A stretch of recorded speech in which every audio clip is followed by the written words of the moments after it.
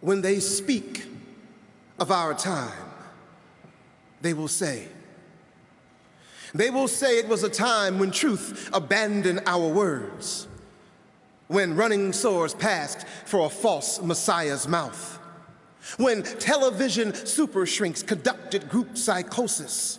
when drugged up teenagers lived in a haze of oblivion. They will say this was when we hamster-wheeled inside the jagged jaws of death, death that stood above us licking its murderous lips, when blues and jazz meant nothing to the asterisk of adolescent faces lost in the footnote of pop cult hysteria. They will say this was the hour of the falling towers, when halos of metal rained screams on our cities and smoke blackened the skies until the sun was a jaundiced memory.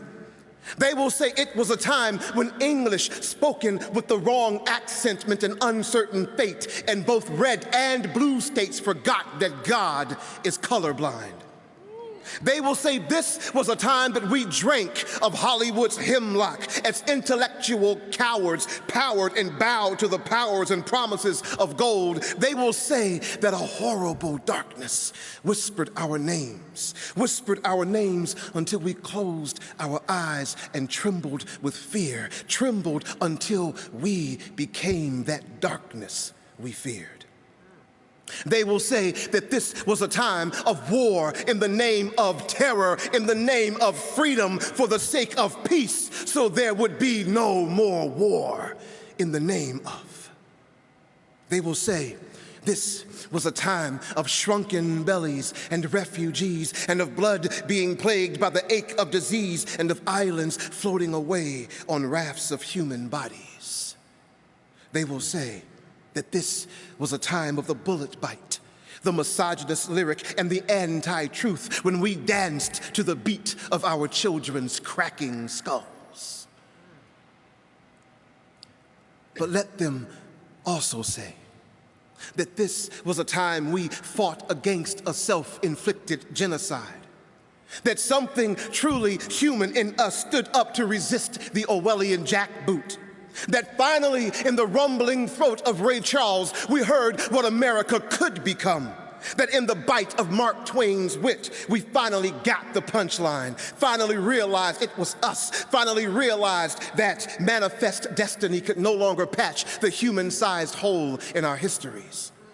Let them say that this was when we said yes to each other again, yes, again, and again, and again, and again, and again, and the pages of Pablo Neruda's verses resounded with peace for the coming twilights, peace for the bridge, peace for the wine, peace for the letters that seek us and rise in our blood, entwining the old song with land and love's peace for the city in the morning when bread rises, peace for the ashes of our fallen, peace for all the living, peace for every water, peace for every land.